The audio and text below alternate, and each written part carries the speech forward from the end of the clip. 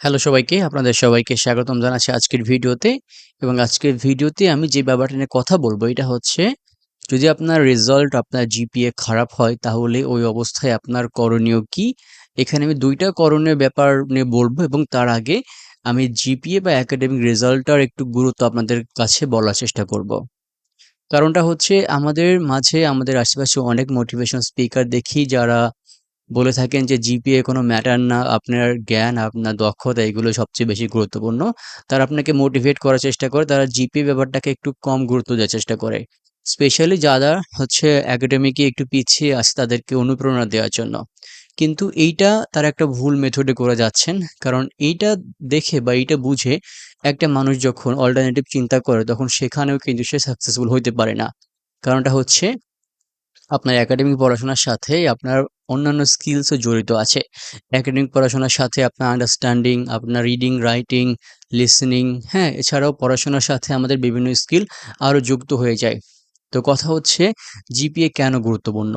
দেখুন কিছু জায়গা এমন এখনো আছে যে সকল জায়গাতে আপনাকে পৌঁছাতে হইলে বা আপনাকে আবেদন করতে হইলে আপনার একটা মিনিমাম জিপিএ থাকা লাগে। সে মিনিমাম জিপিএ না থাকলে আপনি সেই পরীক্ষাতেই বসতে পারবেন না। অর্থাৎ আপনি কম্পিটিশনে যাইতে পারবেন না। আপনি পরবর্তীতে নিজেকে কিভাবে প্রুভ করবেন? এইটা হচ্ছে সবচেয়ে বেশি গুরুত্বপূর্ণ। এবং আরেকটা জিনিস হচ্ছে, যখন আপনি কোনো কোম্পানিতে জবের জন্য এপ্লাই করবেন, তারা যখন দেখবে যে আপনার পড়াশোনার অবস্থা ভালো না, জিপিএ অনেক খারাপ, তখন তাদের মাথায় এটা আসাটাই স্বাভাবিক যে এই ক্যান্ডিডেটটা তো নিজের পড়াশোনা ঠিকমতো করতে পারে নাই। নিজের একটা সময় পার করে এসেছে ২ বছর ৩ বছর পড়াশোনার সময়টাতে সে ফাঁকি দিয়েছে। রেজাল্ট খারাপ। সে কিভাবে এখন এই কোম্পানিতে বা এই জবে এসে সে ভালো করতে পারে? সে যে এখানে এসে ফাঁকি দেবে না তার প্রমাণ কি? এভাবে আপনার উপর কিন্তু অনেকগুলো প্রশ্ন চলে আসবে এবং আপনাকে তারা হচ্ছে একটু নিচের লেভেলে রাখার চেষ্টা করবে। যদিও আপনার স্কিলস বা অন্যান্য এক্সপেরিয়েন্স যতটা ভালো হোক না কেন। তো মূল ব্যাপারটা হচ্ছে জিপিএর অনেক গুরুত্ব রয়েছে। আপনার কাছে যদি এখন সময় থাকে তাহলে আপনি অবশ্যই জিপিএ বাড়ানোর জন্য বা একাডেমিক্যালি আপনার পড়াশোনা ভালো করার জন্য চেষ্টা আপনাকে অবশ্যই করতে হবে। এবং হ্যাঁ, যদি আপনার সামনে আর কোনো ডিগ্রি থাকে, ধরুন যে আপনি ব্যাচেলর করতেছেন, ব্যাচেলরে আপনার জিপিএটা একটু কম। আপনি মাস্টার্সে জিপিএটা বাড়ানোর চেষ্টা করুন বা আপনার যে এসএসসিতে জিপিএটা খারাপ হলে আপনি এইচএসসিতে জিপিএটা বাড়ানোর চেষ্টা করুন। অর্থাৎ সামনে সুযোগ থাকলে আপনার ১ম দিকে যে কাজটা করতে হবে, জিপিএটা বাড়ানোর চেষ্টা করতে হবে বা একাডেমিক রেজাল্টটা বাড়ানোর চেষ্টা করতে হবে। তো জিপিএ নিয়ে কথাটা শেষ। এখন হচ্ছে, যদিও জিপিএ কম থাকে, পরীক্ষার নম্বর কম থাকে তাহলে কি করবেন?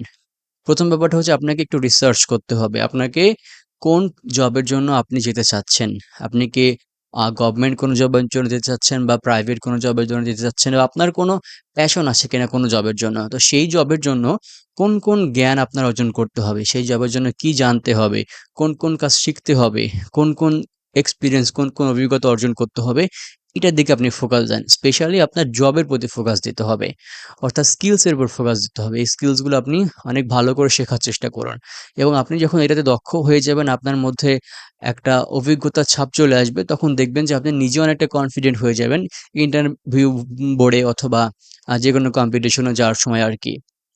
কারণটা হচ্ছে, এখন অনেক কোম্পানি আছে, ইভেন বাংলাদেশেও অনেক চেঞ্জ আসছে যে তারা চেষ্টা করছে যে জিপিএ এর চেয়ে বা একাডেমিক রেজাল্টের চেয়ে সেই ক্যান্ডিডেটটা কাজ কতটুকু পারে এইটা দেখা। তবে একটা জিনিস মাথায় রাখবেন যে শুধু স্কিলস না, আপনাকে কিছু পার্সোনাল স্কিলসও অর্জন করতে হবে। ধরুন যে এই যে ইন্টারভিউতে বসে কথা বলা, আপনাকে কোনো কিছু লিখে প্রকাশ করা, একটু গুছিয়ে কথা বলা, আপনাকে প্রেজেন্ট করা, এগুলো কিন্তু আপনাকে অনেক ভালো করে শিখতে হবে এবং প্রফেশনালিজম তো মাস্ট কোনো কাজে বা কোনো জবে যাওয়ার জন্য। তো ২য় যে ব্যাপারটা বা ১ম যে করণীয়, যদি আপনার জিপিএ খারাপ হয়, সেটা হচ্ছে আপনাকে নিজের টার্গেট এরিয়া খুঁজে বের করুন। আপনি কোন জবে যাবেন, সেই জবের জন্য কি স্কিলস, কি অভিজ্ঞতা, কি জানা লাগে, নলেজ অর্জন করতে হয় সেগুলো আপনাকে জেনে নিয়ে এগুলোর জন্য প্রচুর সময় দিন, দক্ষ হয়ে যান, অভিজ্ঞ হয়ে যান। অ্যান্ড 3rd যে ব্যাপারটা এবং জিপিএ খারাপ হলে কি করবেন, এটা ২ নাম্বার যে ব্যাপারটা, এইটা হচ্ছে আপনাকে খুঁজে বের করতে হবে এমন কিছু প্লেস, এমন কিছু কোম্পানি বা এমন কিছু অপরচুনিটি যেখানে হচ্ছে জিপিএ তারা নগণ্য করে দেখে বা জিপিএ কোনো ম্যাটার করে না। তারা অভিজ্ঞতার দিকে দেখে। ধরুন যে ফ্রিল্যান্সিং সেক্টরে কিন্তু আর আপনার একাডেমিক ডিগ্রি কি, আপনার জিপিএ কেমন, আপনি কোথা থেকে পড়াশোনা করে এসেছেন এগুলো দেখবে না। আপনি কাজ কতটুকু পারেন এগুলো দেখে। ইভেন দেশের বাইরেও যদি আপনার চিন্তা করেন, এরকম অনেক কোম্পানি আছে।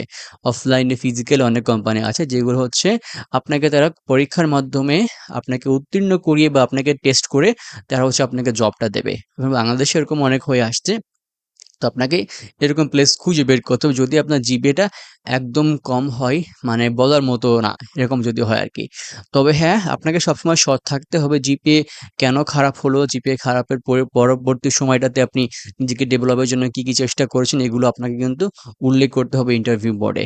কারণ তারা আপনার আসলটা জানতে চায়। আপনি কতটা সৎ নিজের দিকে ছিলেন এটা জানতে চায়।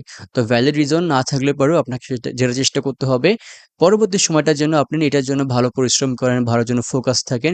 এই জিনিসটা বলার মাধ্যমে বা এই জিনিসটা উপস্থাপন করার মাধ্যমে যেন আপনার মোটিভেশন এবং আপনার সততা এইটা যেন আপনি প্রকাশ করতে পারেন। তো ভিউয়ার্স, এই ছিল আজকের ভিডিও। সম্পূর্ণ ভিডিও শেষ পর্যন্ত দেখার জন্য অসংখ্য ধন্যবাদ।